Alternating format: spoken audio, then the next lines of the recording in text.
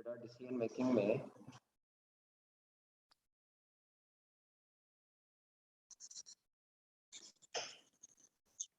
हमने अभी तक रेलेवेंट कॉस्टिंग प्रिंसिपल किया है। रेलेवेंट कॉस्टिंग प्रिंसिपल्स ये खुद भी एक टॉपिक है और पूरे डिसीजन मेकिंग की बेसिक्स भी है। इसके बाद फिर हमने जो टॉपिक किया है वो कर रहे हैं वो है शॉर्ट टर्म डिसीजंस। दूसरा जो चैप्टर है उसका नाम है शॉर्ट टर्म डिसीजंस। इसके अंदर टोटल 4 डिसीजंस हैं। जो दूसरा चैप्टर हम पढ़ रहे हैं जो कि रेलेवेंट कॉस्टिंग की बेस पर ही है वो है शॉर्ट टर्म डिसीजंस। इसमें हमने पहला डिसीजन मुकम्मल कर लिया है, limiting factor decision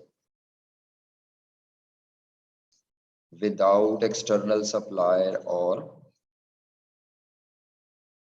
with external supplier. Without external supplier और विद एक्सटर्नल सप्लायर।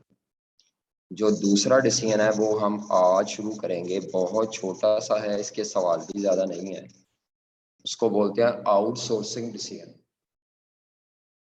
या मेक और बाय डिसीजन। तो आज हम करेंगे आउटसोर्सिंग डिसीजन। इसके बाद हमारे रह जाएंगे 2, शटडाउन और फर्दर प्रोसेसिंग। और लड़की तुम भी आके बैठी हुई थी? मैंने कहा तुम भी बैठी हुई थी आके, क्या भी आई हो? अभी आई हो, अच्छा जी। शटडाउन डिसीजन और दूसरा है फर्दर प्रोसेसिंग डिसीजन। तो हमने जो आज करना है डिसीजन, छोटा सा टॉपिक है 15 से 20 मिनट का, वो है आउटसोर्सिंग डिसीजन। ठीक है जी। कौन सा डिसीजन करना है आज? Outsourcing decision. इसलिए पता नहीं मुंह उसका खुला हुआ।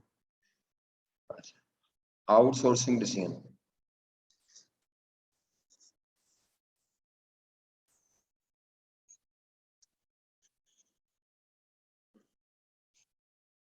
जिसको मेक और बाय डिसीजन भी कहते हैं। क्या कहते हैं इसको? मेक और बाय डिसीजन। अच्छा, इसमें आपने डिसाइड क्या करना होता है? कंपनी, इसमें 2 तरह से सवाल आ सकता है। मैं यहाँ पे लिख रहा हूँ प्रेजेंटली और प्रपोज्ड। वो आपसे क्वेश्चन में कहेगा कि कंपनी एक प्रोडक्ट है, ये एक रॉ मटेरियल है, ये एक कंपोनेंट है। वो प्रेजेंटली कंपनी उस कंपोनेंट को मैन्युफैक्चर करती है, एंटायर क्वांटिटी उसकी मैन्युफैक्चर करती है। कंपनी उसकी एंटायर क्वांटिटी क्या करती है? कंपनी मैन्युफैक्चरिंग छोड़ के उस चीज को बाय करना जा रही है एक्सटर्नल सप्लायर से। एंटायर क्वांटिटी, लिमिटिंग फैक्टर जो पिछला पड़ा उसमें तो कुछ क्वांटिटी खरीदते हैं ना, इसमें आप एंटायर क्वांटिटी मैन्युफैक्चर करने की बजाय मैन्युफैक्चरिंग छोड़ के किसकी तरफ जाना चाह रहे हैं? बाइंग की तरफ जाना चाह रहे हैं। ये प्रपोजल होगा। कंपनी मैन्युफैक्चरिंग को छोड़ के बाइंग की तरफ जाना चाहेगी। यानी प्रेजेंटली कंपनी मैन्युफैक्चर लिखा होगा कि कंपनी मैन्युफैक्चर्स अ कंपोनेंट या जो भी, मैन्युफैक्चरिंग को छोड़ के किसकी तरफ जाना चाह रही होगी? तो अब आपने रेलेवेंट कॉस्टिंग का टेबल बनाना होगा। उस रेलेवेंट कॉस्टिंग के टेबल में जो मैन्युफैक्चर करने की जितनी भी रेलेवेंट कॉस्ट थी, जितनी भी रेलेवेंट कॉस्ट ऑफ मैन्युफैक्चरिंग थी, वो सेव हो जाएंगी। यानी जो खर्चे लगने थे ना, वो सारे खर्चे क्या हो जाएंगे? सेव हो जाएंगे। अवॉइडेबल यानी रेलेवेंट बेनिफिट के तौर पे आएगा। मैन्युफैक्चरिंग की कॉस्ट सेव हो जाएगी और उसको रेलेवेंट बेनिफिट्स के तौर पे लिखेंगे। रेलेवेंट कॉस्टिंग के टेबल में किसके तौर पे लिखेंगे? रेलेवेंट इनकम के तौर पे। मैंने आपको कहा तमाम डिसीजन मेकिंग रेलेवेंट कॉस्टिंग से होती है। अब जो मैं टॉपिक कराऊंगा इनमें फिर दोबारा रेलेवेंट कॉस्टिंग बहुत डिटेल से आएगी, बहुत डिटेल से। ठीक है, यानी दोबारा उतनी लेवल पे ही होगी जितनी पहले थी। लिमिटिंग फैक्टर में आके ना बहुत थोड़ी हो गई थी रेलेवेंट कॉस्टिंग। अब इसमें पूरे सवाल में दोबारा रेलेवेंट कॉस्टिंग सारी आपके जेहन में आ जानी चाहिए। ठीक है, तो कंपनी मैन्युफैक्चरिंग को छोड़ के किसकी तरफ जाना चाह रही है? तो मैन्युफैक्चरिंग की कॉस्ट सेव होगी और उसको हम क्या लिखेंगे? तमाम मैन्युफैक्चरिंग की जो कॉस्ट होती है, material, labour, variable, FOH, attributable, fix, जो भी है वो सेविंग के तौर पे लिखेंगे। और बाय करने की तमाम कॉस्ट जो भी है, जितना भी बाय करने का खर्चा होगा, जितना भी खरीदने का खर्चा होगा, रेलेवेंट कॉस्ट ऑफ बाइंग, उसको लाने का किराया, चीज़ों की इंस्पेक्शन, लाने का कोई टेक्स्ट बुक्स, वो आपकी इंक्रीमेंटल कॉस्ट होगी।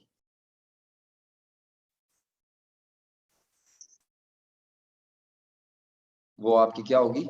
Incremental cost. और इसको हम रेलेवेंट एक्सपेंसेस के सेक्शन में लिखेंगे। किस सेक्शन में लिखेंगे? रेलेवेंट एक्सपेंसेस के सेक्शन में। आपको पता है, मैंने आपको पहले भी बताया कि डिसीजन मेकिंग आपने अगर करनी हो लिमिटिंग फैक्टर के अलावा, किसके अलावा? लिमिटिंग फैक्टर के अलावा अगर आपने डिसीजन मेकिंग करनी हो तो आपने एक टेबल सा बनाना होता है और उस टेबल में टोटल फिगर्स लिखनी होती है। ठीक है, टेबल में दो हेडिंग मेन होती है, एक हेडिंग होती है रेलेवेंट इनकम, दूसरी क्या होती है? Relevant expense. वो टेबल ही बस मैंने आज करवाना है, बाकी तो फिर अब सवाल ही है छोटे छोटे से। तो ये टॉपिक कितना मुश्किल नहीं है, और ये आएगा भी ना तो बेचारे की हैसियत 5 से 10 नंबर के दरमियान होगी।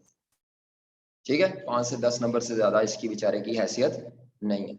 अब कई दफा ऐसे भी हो सकता है जो कि आया नहीं आज तक कभी, कई दफा ऐसे भी हो सकता है कि क्वेश्चन उल्टा आ जाए।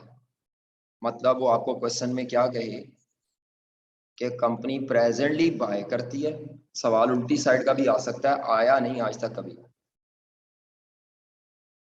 समझ आ रही है? सारा उल्टा सवाल भी आ सकता है। उल्टा सवाल क्या है कि कंपनी प्रेजेंटली क्या कर रही है? बाइंग। और कंपनी बाइंग को छोड़ के किसकी तरफ जाना चाह रही है? वो आपको क्वेश्चन में कह दे कि कंपनी का प्रपोजल, जो डिसीजन प्रपोजल है वो ये है कि कंपनी क्यों ना खुद इन हाउस मैन्युफैक्चरिंग शुरू कर दे। आपने ये एडवाइस करके बताना होगा कि कंपनी को मैन्युफैक्चरिंग करनी चाहिए या नहीं। बाइंग छोड़ के अगर मैन्युफैक्चरिंग की तरफ कंपनी जाना चाह रही है तो जितनी भी बाय करने की कॉस्ट है, जितनी भी रेलेवेंट कॉस्ट है बाइंग करने की, वो सेव हो जाएंगी। उल्ट हो गया ना सवाल, तो आइटम भी उल्ट हो जाएंगी और उसको हम रेलेवेंट इनकम में लिखेंगे। ये वाला स्टाइल आया नहीं कभी, ये जब आएगा बच्चे परेशान हो गए, ये क्या हुआ, कभी आया नहीं ऐसा सवाल। हालांकि ये उसकी ऑपोजिट साइड है सिर्फ, और कुछ नहीं है। इसकी प्रैक्टिस भी नहीं मिलेगी आपको। ये जो दूसरी कैटेगरी मैं बता रहा हूँ, ये मैं ही बताता होता हूँ कि आई कैप की किताब में भी कोई नहीं है। वो कहते हैं कि अगर बच्चे को एक साइड से आता है तो दूसरी साइड से बच्चा खुद ही कर लेगा। सेम प्रोसेस, बट टेबल में जो पहले रेलेवेंट एक्सपेंस बना था वो इनकम बन जाएगा, जो इनकम बनी थी वो क्या बन जाएगा। सारा सवाल वैसे ही होगा। तो मैन्युफैक्चरिंग में क्या होगा? रेलेवेंट कॉस्ट ऑफ मैन्युफैक्चरिंग अब आपकी बढ़ जाएगी। पहले आप बनाना छोड़ के बाइंग की तरफ जाना चाह रहे थे, अब बाइंग छोड़ के मैन्युफैक्चरिंग की तरफ आना चाह रहे हैं, तो मैन्युफैक्चरिंग का सारा खर्चा आपकी क्या होगी? Incremental cost. और आप उसे रेलेवेंट एक्सपेंसेस में लिखेंगे। ठीक है, इसमें लिखेंगे। अब मैं वो टेबल बना देता हूँ, लेकिन मैंने टेबल इसका बनाना है, ये वाले का, पहले केस का। तो हेडिंग दें अप्रोच या डिसीजन मेकिंग टेबल। ये जितने भी टॉपिक में कराऊंगा फॉर्मेट है, इन सब में ये टेबल इसी तरह का बनेगा जैसे हम ये बना रहे हैं। तो डिसीजन मेकिंग टेबल कैसे बनाना है इसमें?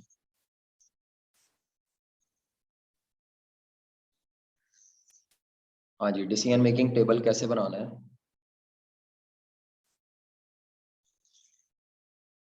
अगर आपकी दो प्रोडक्ट हैं तो दोनों के लिए ये टेबल सेपरेट बनेगा। एक प्रोडक्ट है तो एक टेबल, अगर दो प्रोडक्ट हैं तो आगे कॉलम अलग अलग बना लेंगे। तो मिसाल के तौर पर मैं ज्यूम कर रहा हूँ दो प्रोडक्ट है, दो प्रोडक्ट है, मिसाल के तौर पर मैं ज्यूम कर रहा हूँ दो प्रोडक्ट है, ए और बी।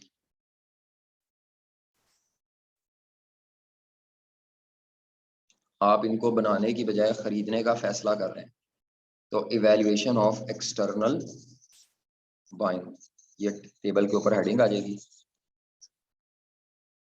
और यहाँ हेडिंग आएगी रेलेवेंट इनकम्स। मैं कौन सी कैटेगरी करवा रहा हूँ? मैन्युफैक्चरिंग छोड़ के बाइंग की तरफ जा रहे हैं। क्या छोड़ के बाइंग की तरफ जा रहे हैं? तो मैन्युफैक्चरिंग का सारा खर्चा सेव होगा। तो अब यहाँ पर हम लिखेंगे saving in material cost, positive निकाल के, saving in direct labour cost, saving in variable FOH cost, उसके बाद सेविंग इन एट्रीब्यूटेबल वाली फिक्स कॉस्ट रेलेवेंट होती है, एलोकेटेड वाली नहीं। सेविंग इन एट्रीब्यूटेबल या इंक्रीमेंटल फिक्स कॉस्ट भी कह सकते हैं। एट्रीब्यूटेबल फिक्स कॉस्ट का मतलब होता है वो फिक्स कॉस्ट जो स्पेसिफिकली प्रोडक्ट के लिए इनकर होती है, अगर बनाए, अगर ना बनाए तो ये कॉस्ट इनकर नहीं होगी। उसके बाद हाँ, वो ये भी कह सकता है कि जब आप ये बनाना छोड़ेंगे ना तो आपके पास जगह खाली होगी, आप उस जगह को किराए पे दे सकते हैं, या आप उधर कोई और प्रोडक्ट बना सकते हैं, कोई नई प्रोडक्ट ला सकते हैं। तो वहां पे आपका आ जाएगा additional contribution of other product, additional contribution of other product या न्यू प्रोडक्ट कोई भी। ये न्यू प्रोडक्ट कहाँ से आ गई? असल में आप जब वो बनाना छोड़ेंगे ना तो आपके पास फैक्ट्री में स्पेस और वो खाली हो जाएगी। और ये कप चेंज कर लिया आपने? इधर ही रखो, इधर रखो। ये कप चेंज कर लिए? मेरी गाड़ी में भी एक कप पड़ा हुआ है आपका। यार ये कप अच्छे नहीं है, ये डिजाइन, इतने डिजाइन वाले कप अच्छे नहीं होते, सादे सादे कप अच्छे होते। तो वो मेरी गाड़ी से भी निकलवा लें कप अपना। चलो आगे पड़ा है, ठीक है। कल परसों मैंने ले गया था गाड़ी में पीते, अच्छा चलाते चलाते पिए, टाइम कम था।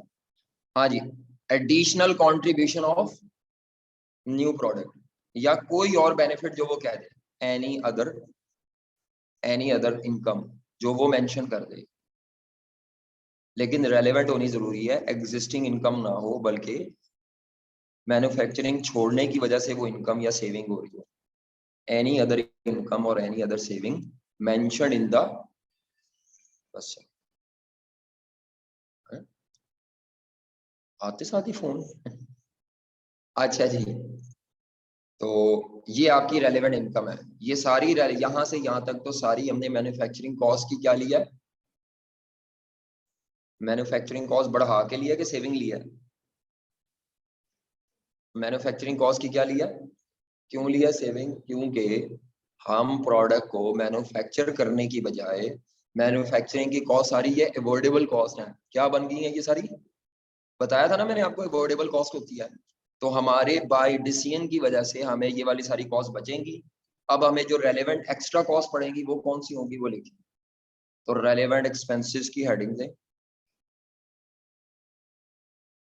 रेलेवेंट एक्सपेंसेस की हेडिंग दें। रेलेवेंट एक्सपेंसेस में अब जो खरीदने के खर्चे होते हैं सारे, परचेज कॉस्ट, ये इंक्रीमेंटल कॉस्ट है सारी, परचेज कॉस्ट। उसके बाद तमाम जो वो किराए शराए होते हैं,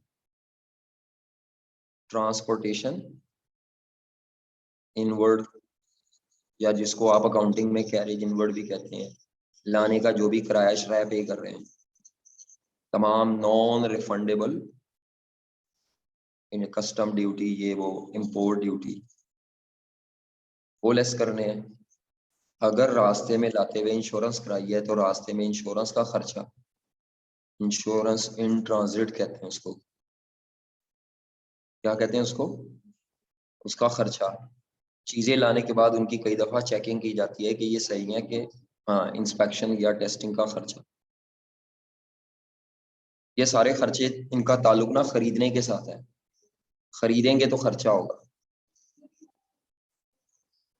नहीं, एसेट नहीं है ये, या आप रॉ मटेरियल या कोई प्रोडक्ट खरीदे, प्रोडक्ट का खरीदने का खर्चा, सारे खरीदने के खर्चे रेलेवेंट है, ठीक है, जिन जो खरीदने से रिलेटेड है। अगर तो आपको ये प्लस माइनस करके पॉजिटिव आंसर आ जाता है, इसको कहते हैं नेट रिजल्ट। ये किस्म की रेलेवेंट इनकम स्टेटमेंट टाइप है।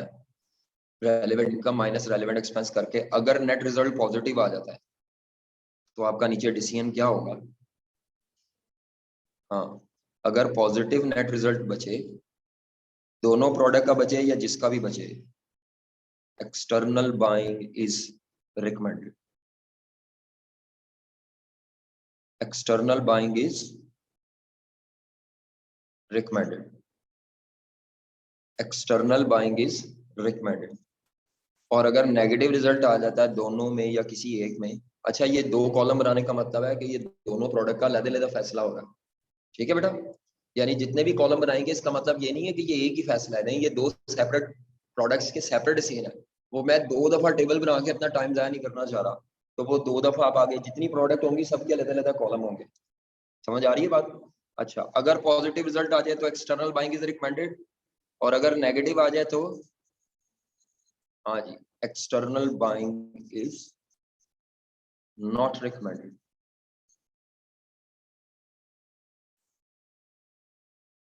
External buying is not recommended. External buying is not recommended. लो जी, आपके पास नोट्स हैं? ये नहीं नोट्स इसके? चलो कोई नहीं, आज ले लीजिएगा। मैंने इसके ज्यादा मैक्सिमम है ही सारे 3 सवाल या 4, ठीक है। तो इसीलिए अभी हम एक सवाल छोटा सा करेंगे ताकि आसान सा आपको, ताकि पता चल जाए है क्या। कल मुश्किल वाला करेंगे या लंबा वाला, वैसे वो भी मुश्किल नहीं है। क्या है जी, क्या है? हाँ जी बेटा, पानी भी दिया करो। पानी नहीं दिया आज? अभी आए हैं, भीगते भीगते आए हैं आप, नहाते नहाते। यार पानी देखना है प्लीज।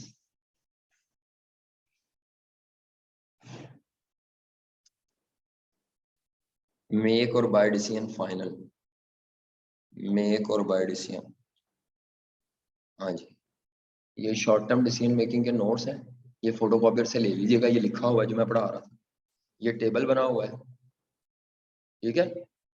ये बना, वो अब आप देख लीजिएगा इसको, वो सारा हमने कर लिया है जी। हाँ, ये चीज थोड़ा सा मैं बता देता हूँ आपको, ये क्या है। ये थ्योरी पूछ लेता है वो कई दफा। क्या पूछ लेता है कि आपको एक्सटर्नल सप्लायर से परचेजिंग करते हुए कौन कौन से फाइनेंशियल और कौन कौन से नॉन फाइनेंशियल फैक्टर देखने चाहिए। तो फाइनेंशियल फैक्टर में हमें क्या देखनी चाहिए? 2 चीजें जो न्यूमेरिकल में लिखी हैं, मैन्युफैक्चरिंग कॉस्ट और नॉन फाइनेंशियल फैक्टर में पहली चीज हमें प्रोडक्ट की क्वालिटी देखनी चाहिए कि वो सही क्वालिटी की दे रहा है कि नहीं।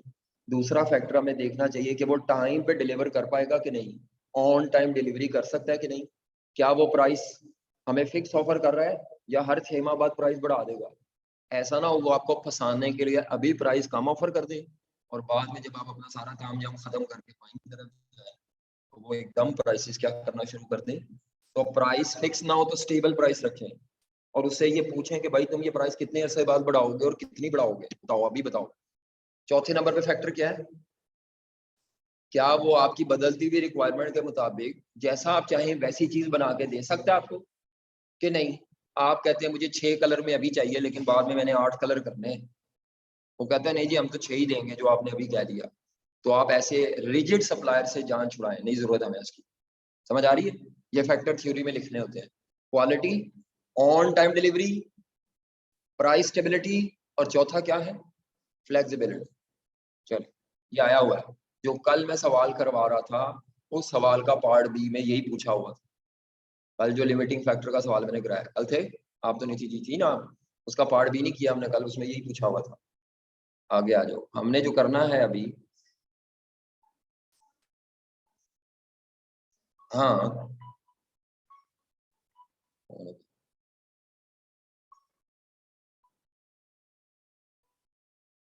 अस्सलाम वालेकुम। जी जीशान साहब, बिल्कुल होगी, मैं तो आऊंगा। हालात खराब हैं तो ना हो, फिर सारे छुट्टी करो, एक भी आ गया तो मैंने पढ़ा देना है।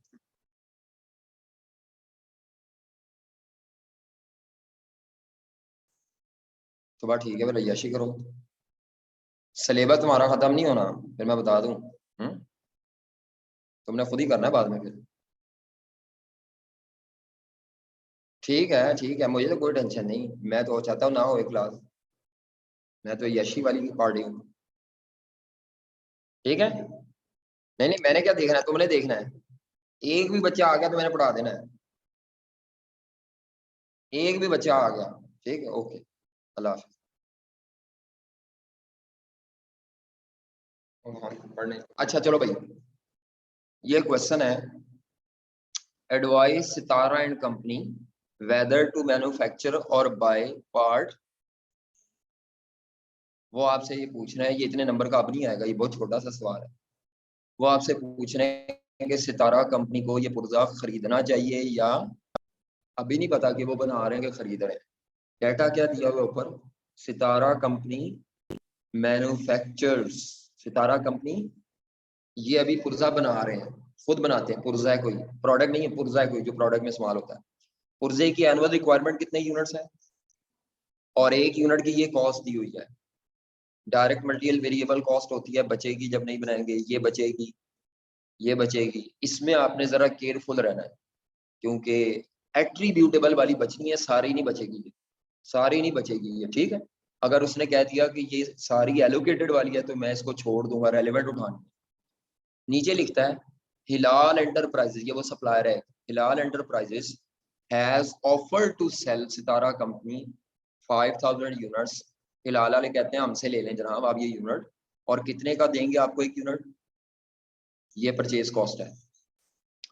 If Sitara company accept this offer, अगर सितारा कंपनी उनसे ये परचेज करना शुरू कर दे, तो some of the facilities used to manufacture F1700 could be used to help manufacture another part number, नहीं F5 नहीं है, S है, S1200। यानी जो आप पार्ट F1700 छोड़ेंगे ना, उसकी जगह आप एक और पार्ट पे रिसोर्सेज लगा लेंगे, जिस पार्ट का क्या नाम है, जिससे आपके दायरे को सेविंग कितनी होगी, फायदा कितना होगा। ये वो अदर बेनिफिट है जो मैंने कहा था क्वेश्चन में देगा। F1700 में फायदा नहीं हो रहा, F1700 की मैन्युफैक्चरिंग छोड़ने से आपको किसी S1200 में फायदा हो रहा है, ठीक है। ये रेलेवेंट बेनिफिट है कि कॉस्ट है, सेविंग है, बेनिफिट है। आगे वो कहता है एंड एलिमिनेटिंग, एलिमिनेटिंग का मतलब होता है खत्म हो जाएगी, eliminating ₹30 per unit of the attributable fix cost. ये जो फिक्स कॉस्ट थी ना 70 रुपए, इसमें उसने बता दिया है कि 30 की एट्रीब्यूटेबल है, वो एलिमिनेट होगी, बाकी 40 की फिक्स कॉस्ट एलिमिनेट नहीं होगी, वो आपको करनी पड़ेगी, वो अनअवॉइडेबल है। और वो जो बाकी वाली अनअवॉइडेबल है वो रेलेवेंट भी नहीं होगी, ठीक है। अब ये सवाल को अगर मैं करूं, तो ये सवाल तो वैसे 5 मिनट में होने वाला है, तो करें जी मेरे साथ। इवैल्यूएशन ऑफ एक्सटर्नल बाइंग, और एक्सटर्नल बाइंग किसकी है, 1700 की। चलो मैं टेबल शेबल नहीं बनाता, छोटा सा तो सवाल है जी। हेडिंग देंगे रेलेवेंट इनकम में कौन कौन सी सेव होगी, कॉस्ट। टाइम बचाने के लिए मैं इनको इकट्ठा कर सकता हूँ सारी वेरिएबल को, 20 जमा 120 140, और ये कितना कितनी बनती है 190। तो हम यहाँ पे लिखेंगे सेविंग, टाइम बचाने के लिए आप कर सकते हैं, नहीं वो लहदा रखना है, saving in variable production cost, variable को लहदा रखना है, फिक्स को लहदा। Saving in all variable cost 120 जमा 120 जमा 50, 190 रुपए पर यूनिट सेव होगी, और 5000 यूनिट्स है। चलो भाई कितनी आती है ये देखना।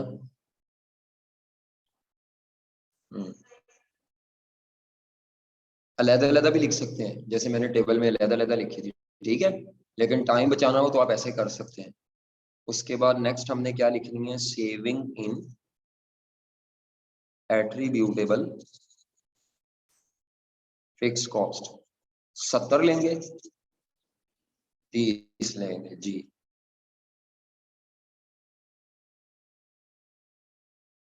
एक लाख टोटल कर लो, नहीं सॉरी सॉरी टोटल नहीं करना, अभी देखना है कोई अदर बेनिफिट है कि नहीं।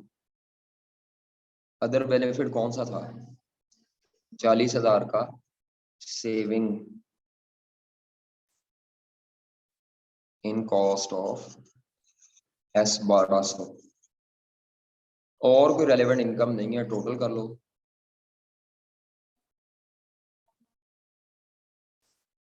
ये रेलेवेंट इनकम थी हमारी, ये हमारी रेलेवेंट क्या थी। अब हमने रेलेवेंट एक्सपेंसेस में सिर्फ बाइंग की कॉस्ट लिखनी है और बाइंग की एक ही परचेज कॉस्ट दी हुई है बस।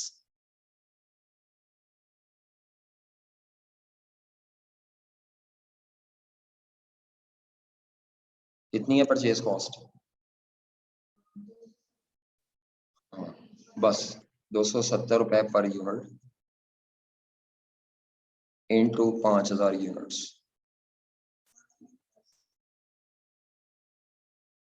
तो ये तो माइनस में आ जाना आंसर।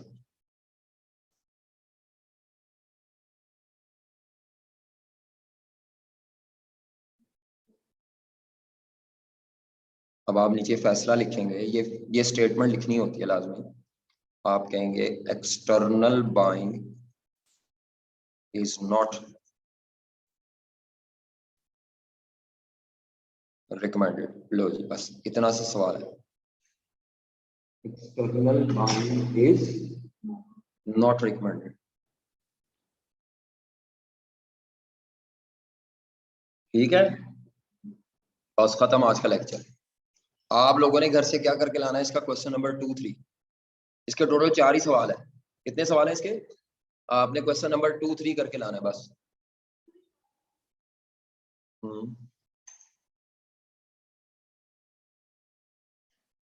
लेक्चर बस खत्म है, छोटी करो अब। मेरा ख्याल है आज क्लासें भी बस पूरी पूरी होनी है।